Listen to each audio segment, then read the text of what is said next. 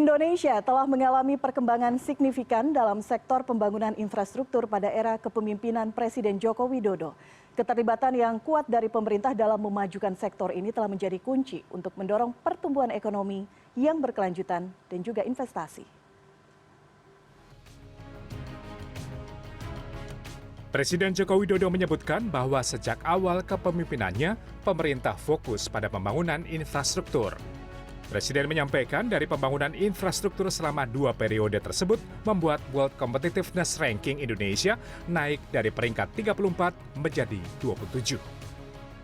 Selain untuk mendatangkan investasi, Presiden Jokowi menyebut pembangunan infrastruktur juga mengurangi biaya logistik yang juga akan menekan inflasi.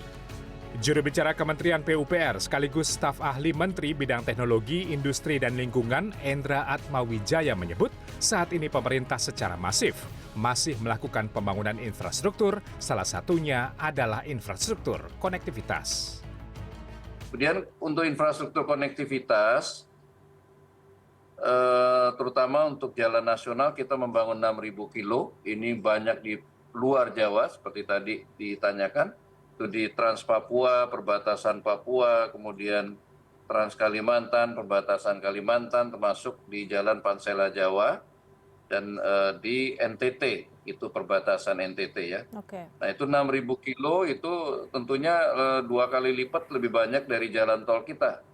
Jalan tol kita dari target 2.700 yang kita bisa selesaikan sampai tahun 2024 sepanjang 2.432 kilo, di mana setengahnya hampir 1.200 kilo itu ada di Sumatera, membentuk backbone baru. Artinya kita tahu bahwa daya dukung Jawa ini kan semakin terbatas, kita perlu tumbuhkan pusat-pusat pertumbuhan baru, epicentrum untuk economic growth, yang tentunya ini juga kita letakkan di luar Pulau Jawa, apakah itu di Sumatera, di Kalimantan, dengan IKN-nya dan seterusnya.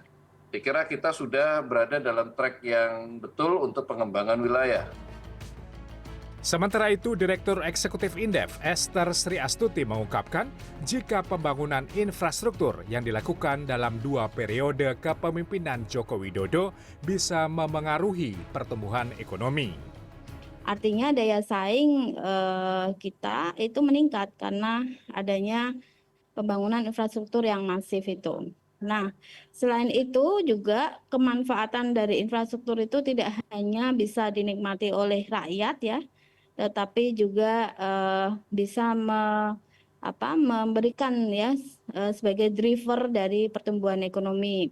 Karena dari infrastruktur itu seperti pembangunan transportasi ya, jalan, kemudian memberikan konektivitas ya antar daerah, sehingga yang tadinya distribusi barang itu terkendala karena kondisi jalan yang misalnya tidak nyambung itu menjadi nyambung gitu.